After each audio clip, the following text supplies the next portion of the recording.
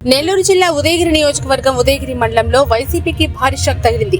శనివారం ఉదయగిరి నుంచి 26 వాహనాలతో టీడీపీ రాష్ట్ర కార్యదర్శి మన్నేటి వెంకటరెడ్డి సహకారంతో ఉదయగిరి మట్లా బ్రదర్స్ రామలక్ష్మణుల ఆధ్వర్యంలో ఉదయగిరి టీడీపీ అభ్యర్థి కాకల సురేష్, నెల్లూరు పార్లమెంట్ అభ్యర్థి వేమిరెడ్డి ప్రభాకర్ రెడ్డి సమక్షంలో వింజమూరు మండలంలోని టీడీపీ పార్టీ కార్యాలయంలో పార్టీలో చేరేందుకు సుమారు 26 వాహనాలతో 700 మంది జనాభాతో భారీగా బయలుదేరారు.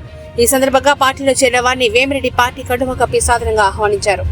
గౌసియా గారు, ఖాజా జమీర్ గారు, మీరాబీ గారు, గుల్షన్ జమీర్ గారు,